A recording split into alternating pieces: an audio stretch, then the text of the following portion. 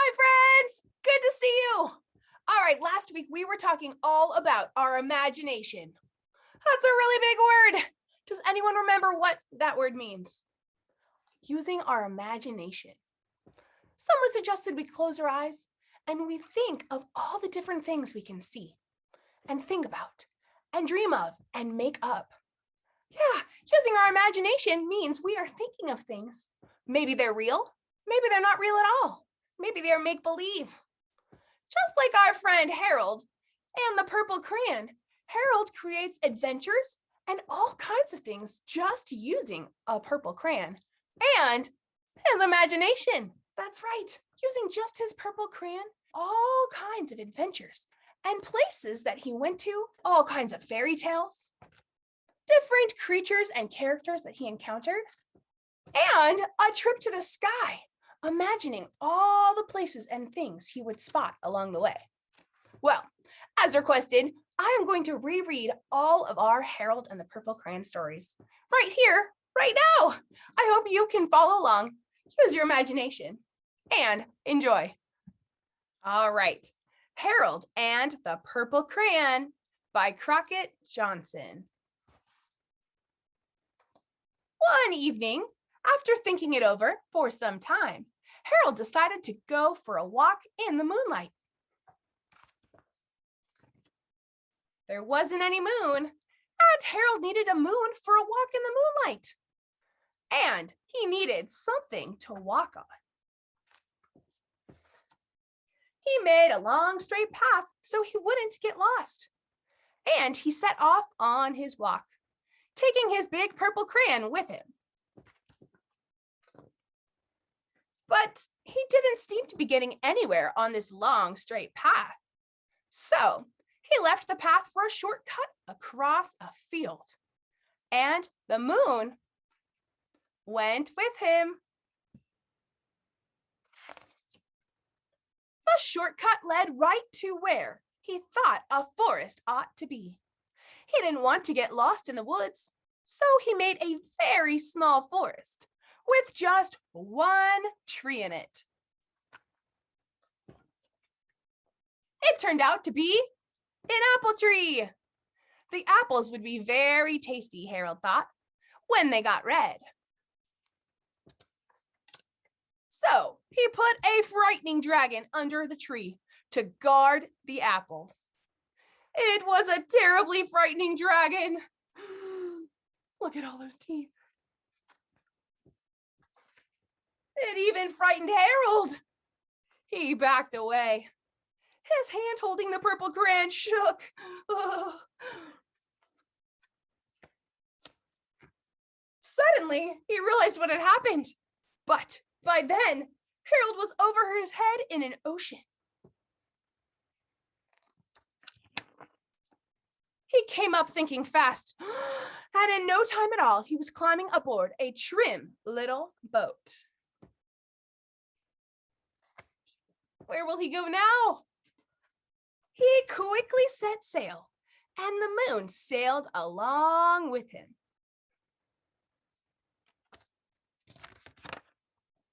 After he had sailed long enough, Harold made land without much trouble. He stepped ashore on the beach, wondering where he was. Any guesses?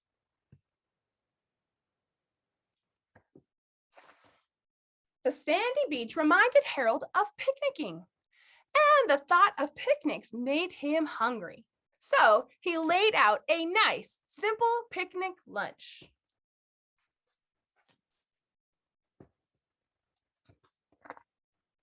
There was nothing but pie, but there were all 9 kinds of pie that Harold liked best. Can you spot all 9 pies?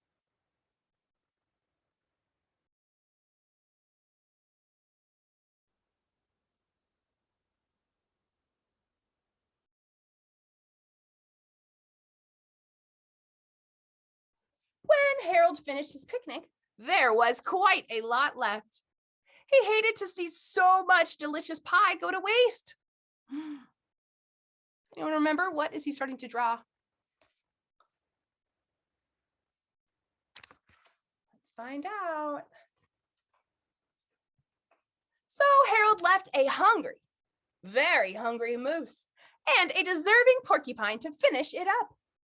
And off he went, looking for a hill to climb to see where he was. Harold knew that the higher up he went, the farther he could see. So he decided to make the hill into a mountain. If he went high enough, he thought, he could see the window of his bedroom.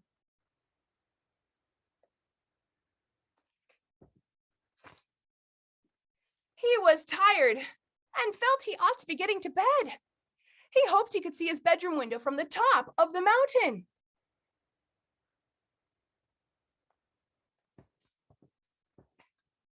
But as he looked down over the other side, he slipped, and there wasn't any other side of the mountain.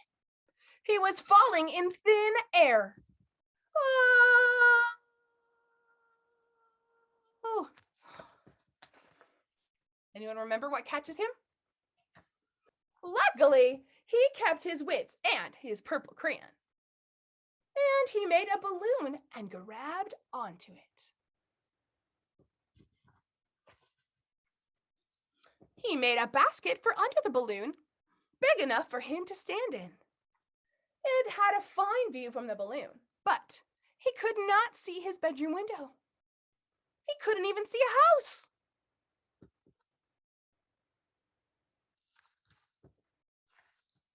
So he made a house with windows, and he landed the balloon on the grass in the front yard.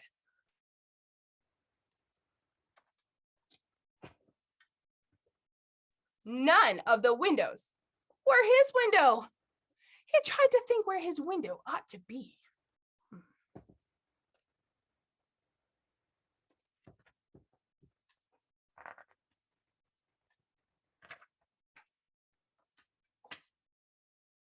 He made some more windows, and he made a big building full of windows.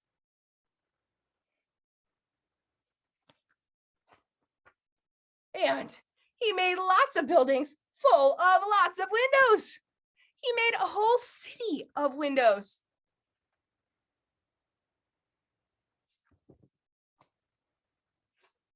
But none of those windows were his window.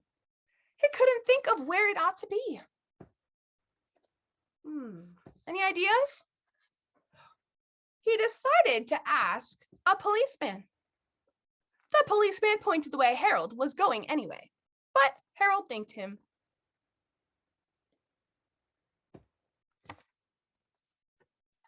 And he walked along with the moon, wishing he was in his room and in bed. Then suddenly Harold remembered. What did he remember? That's right. He remembered where his bedroom window was. There was a moon. It was always right around the moon. And then Harold made his bed. He got in it and he drew up the covers. The purple crayon dropped to the floor, and Harold dropped off to sleep. The end. Oh, Harold and the purple crayon and his imagination sure did come up with a whole lot of make-believe things. All kinds of adventures that didn't really happen. But using his imagination to draw them was able to create a whole story. Wow. All right, friends, let's see if you remember what happens in our second story. Our second story about Harold and the Purple Crayon is about a fairy tale. Now, we know a fairy tale usually includes characters or things that happen that are all made up. Now, I wonder if you can tell which of the things in our story are real and which things does Harold make up. Can you use your imagination and join me by drawing and creating the pictures and characters of things you hear in the story, using a piece of paper and, of course, a purple crayon or a colored pencil or marker. Let's see if we can create together. All right, so let's give this a try. Today, you are going to be the illustrators of our story.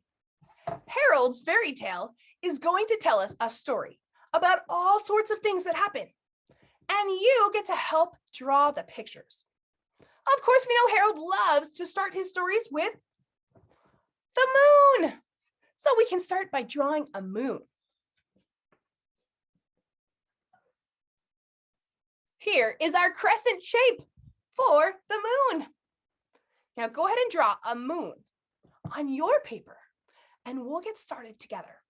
Now, by the end of our story, this page will be filled with all kinds of drawings and characters and adventures as we listen to Harold's fairy tale.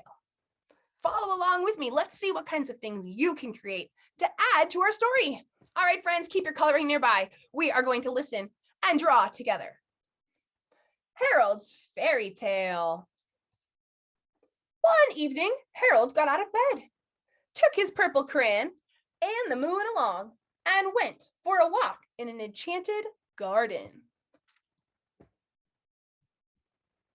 What kinds of things might we find in an enchanted garden?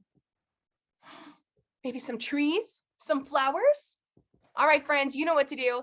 Grab your paper. Let's see what your enchanted garden will look like.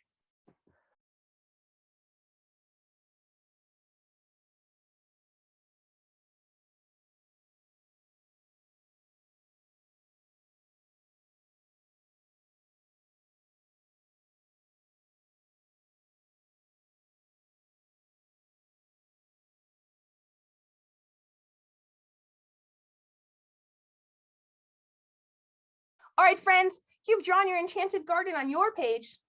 Let's see what Harold draws. Nothing grew in it. If he hadn't known it was an enchanted garden, Harold scarcely would have called it a garden at all. To find out what the trouble was, Harold decided to ask the king.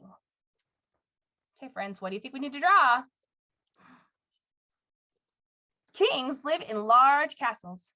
Harold had to make sure the castle was big enough to be the king's. He didn't want to waste time talking to any princes or earls or dukes. Go ahead and draw the castle that you think the king would live in.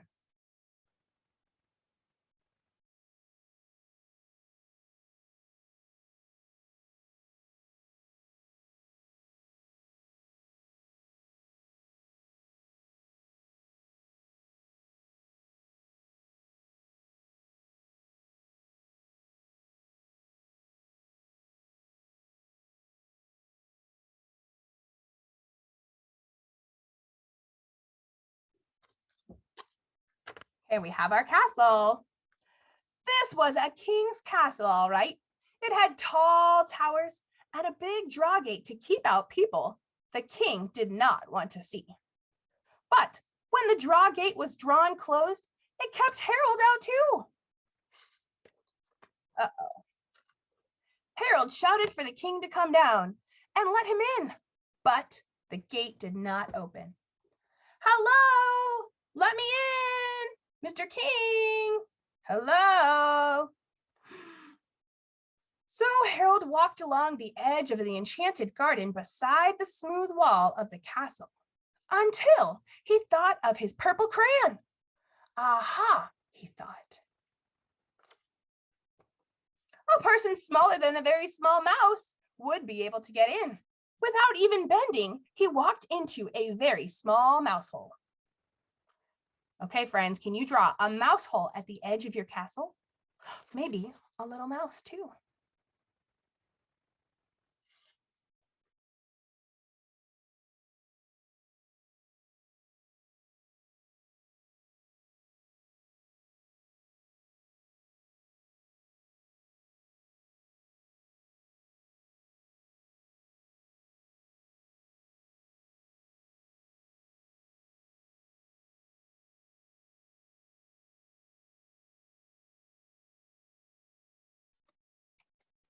He walked through the mouse hole into the castle. He invited the mouse in too, but the mouse preferred to stay outside. As he gazed around inside the big castle, Harold felt very tiny. And a king might not pay much attention to anybody who was smaller than a mouse. So Harold used his purple crayon again. What does he draw this time? That's right, a staircase. He made sure he was as tall as 4.5 steps of stairs, his usual height.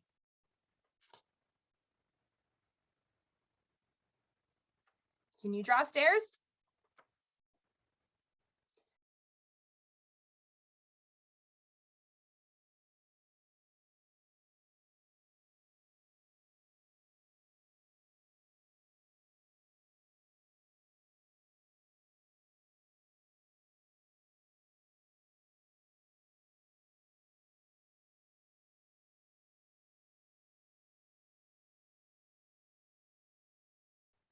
Then he climbed up the stairs looking for the king.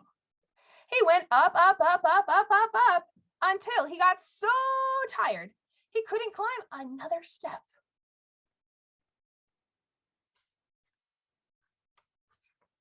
Luckily, there were no more steps. He had reached the top.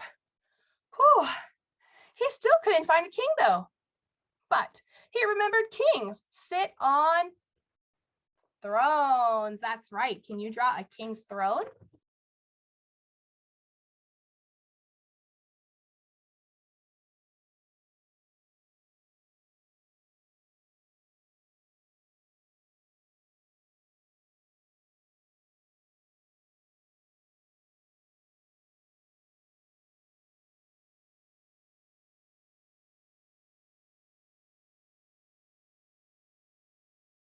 The king's throne looked very comfortable. Harold thought the king wouldn't mind if he rested a few minutes. So he sat on the throne, wondering what it was like to be a king and to wear a crown. He tried it with the king's crown. It was all right for a while, but the crown began to feel heavy. Can you draw a crown?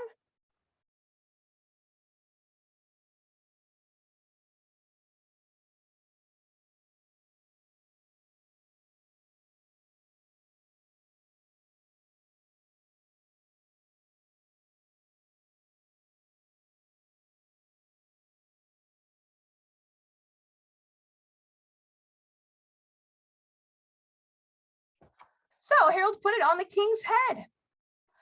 As he thanked the king for the loan of his crown, he noticed the king looked sad. No doubt because of the garden. He asked the king if the trouble was due to a witch or a giant. The king couldn't say which. He looked sad and helpless. Evidently the giant or witch, if the king couldn't tell which it was invisible. Do you see it there? But Harold told the king not to worry. He set off to find the invisible witch or giant, brandishing his purple crayon, and accidentally, it made a hole in the wall. The accident embarrassed Harold, but the hole was the handiest way to get out of the castle, and he climbed through it.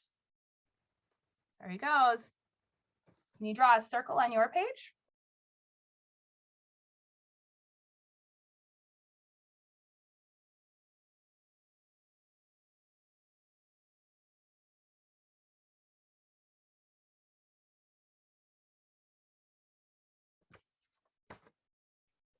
When he looked down from the other side of the hole, he realized he had forgotten how high up he was.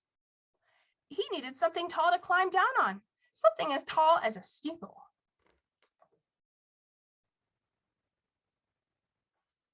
To fill the hole in the castle, Harold put a handsome and useful clock into it. He was surprised to see how late it was. He slid down the steeple to find the invisible witch or giant right away.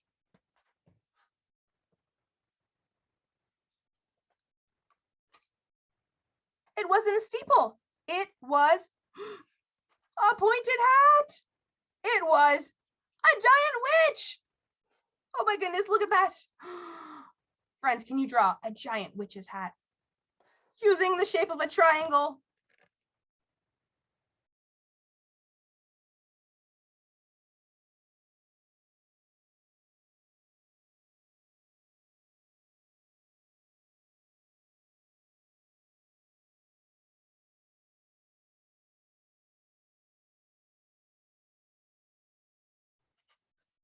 Whoa.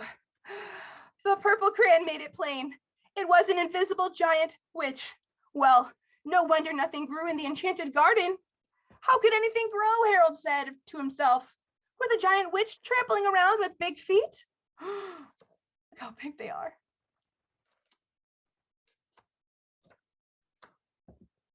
Now that he saw what the trouble was, all Harold had to do was to drive the witch out of the enchanted garden. What does he think of? Mosquitoes! That's right, mosquitoes, Harold thought.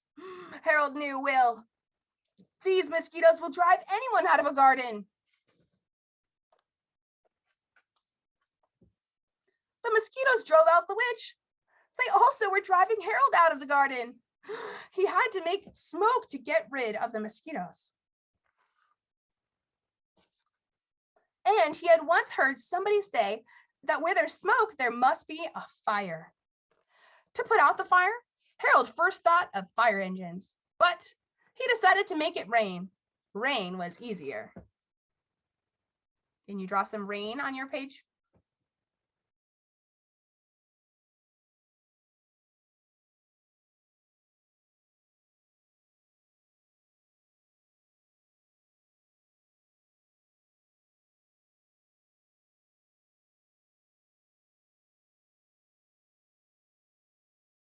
The rain soaked everything, Harold too, but he said, it's good for the flowers.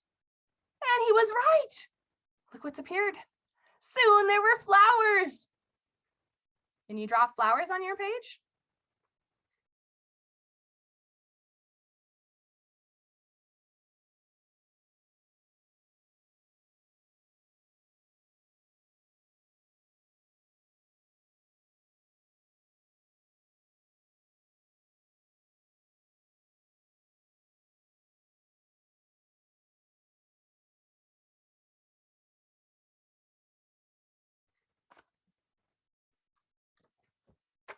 Beautiful flowers popped up all over the enchanted garden, more than Harold was able to count, all in gorgeous blooms. Harold thought how delighted and happy the king would be when he looked out from the castle in the morning. And then, amazingly, the last flower turned out to be not a flower at all, but a lovely fairy. That's right. Maybe you want to draw a fairy in your garden too.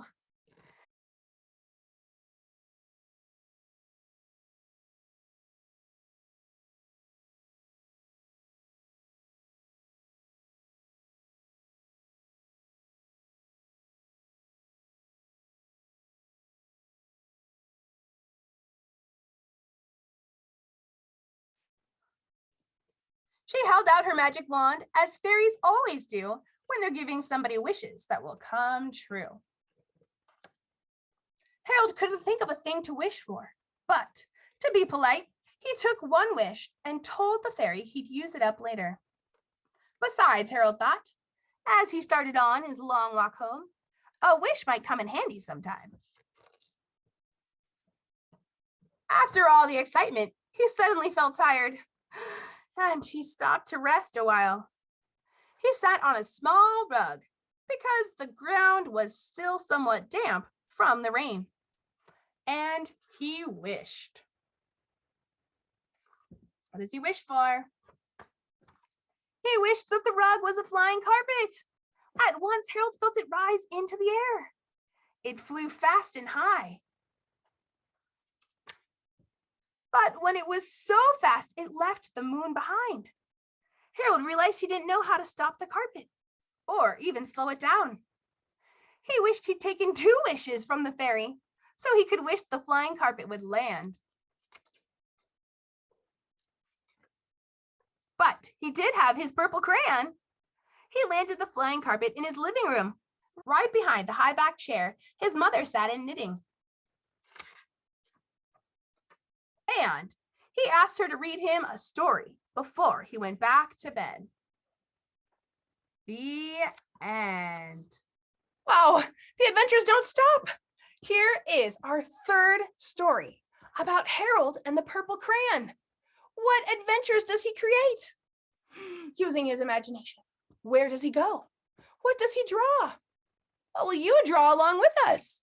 This story is called Harold's Trip to the Sky, written by Crockett Johnson. One night, Harold got up, made sure there was a moon so he wouldn't see things in the dark, and went to get a drink of water. He wondered about the things people see in the dark and where they come from. He was glad he couldn't see them in the moonlight. Suddenly, he realized he didn't see anything at all in the moonlight. There was nothing to see. He was in the middle of a desert. No wonder he was so thirsty. But luckily, he had brought his purple crayon, and he knew where to find water in a desert. Anyone remember? That's right, in an oasis. Usually you'd spot a puddle of water and a palm tree or two. There was always a pool of it somewhere near a palm tree.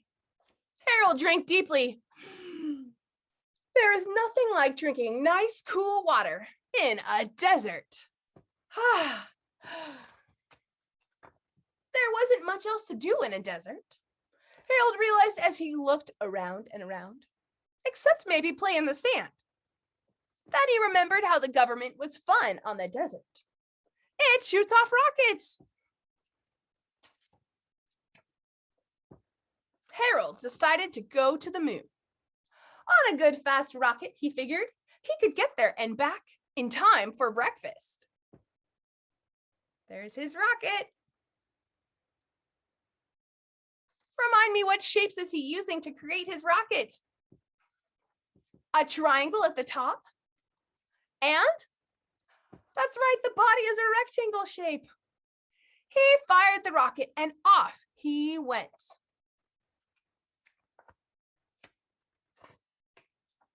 But the rocket missed the moon.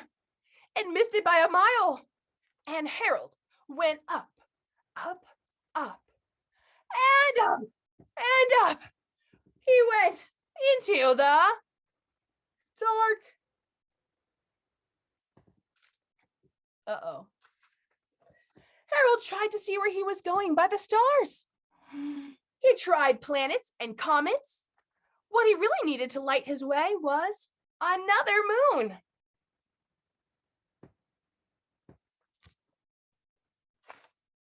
But when Harold looked closely, what he saw wasn't a moon. To his amazement, it was a flying saucer. Harold had heard about flying saucers. People saw them in the dark, and nobody knew who was inside flying them. Any guesses? Maybe. He decided he better land his rocket right away. He landed it with a bump, onto the bottom of a strange planet. What planet did he land on? There was no danger of falling off of such a big planet. However, Harold thought he would feel a little more comfortable on the top of the planet. He wondered what planet he was on. In the dark light of the stars, he looked for some sign that might tell him. Can you spot a sign? He was on Mars. Harold had heard of men on Mars, so he yelled a couple of hellos, hopefully. Hello! Hello! Can you try that echo with me? Hello! Hello! Nicely done. He thought of the flying saucer out there. He thought of the things people see in the dark. He felt a great need for company, someone to be there with him. He was sure any man on Mars would be cordial to be a visitor, like Harold, who had come all this way to chat with him. He had to draw on his scanty knowledge of what a man on Mars might look like. But his looks wouldn't matter in the dark, so Harold didn't care much what he turned out to look like.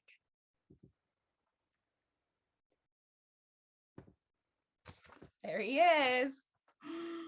All Harold wanted to know was, but there was some kind of friendly face close by, even if he couldn't see it clearly in the dark. Then, all of a sudden, Harold did see it clearly. It was the face of a thing. Wow. It was a thing people see in the dark, and it was sitting in a flying saucer. Harold ran.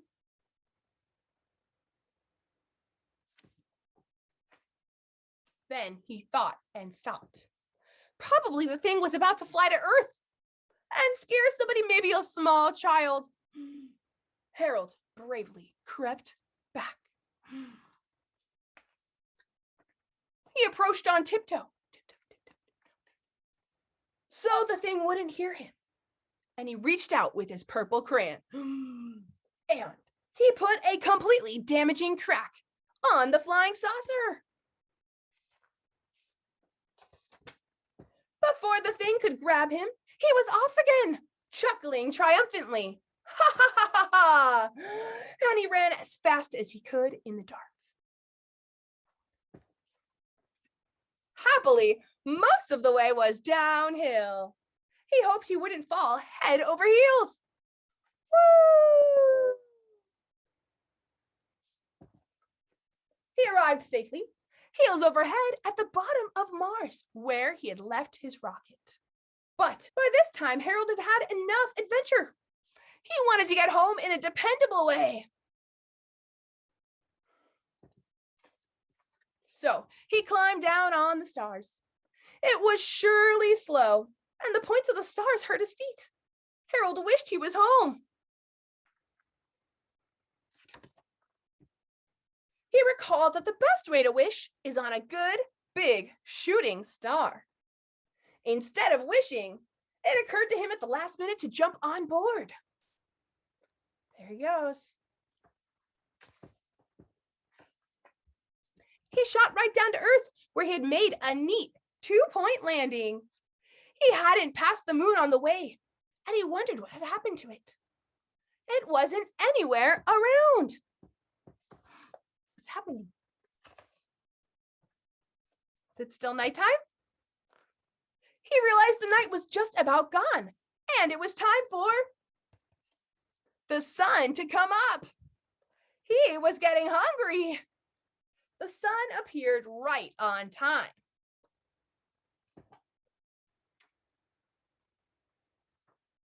It came up big and bright. Harold remarked that it was going to be a nice day. Nobody was ever bothered by flying saucers and things in the sunshine. But for a startled moment, he thought he saw a flying saucer. It was on the horizon, and it looked as if it had just come into land. But he was mistaken. It wasn't a saucer. It was a bowl of oatmeal. Harold happened to like hot breakfast. He quickly drew a chair, and he sat down to eat. The end. All right, friends, I hope you enjoyed all 3 of our Harold and the Purple Crayon stories, and I hope you'll be inspired to draw some more adventures of your very own, maybe using one of your favorite colored crayons. I wonder what kinds of things you can imagine. What kind of stories can you tell? I can't wait to hear them. All right, friends, I hope you have a great day.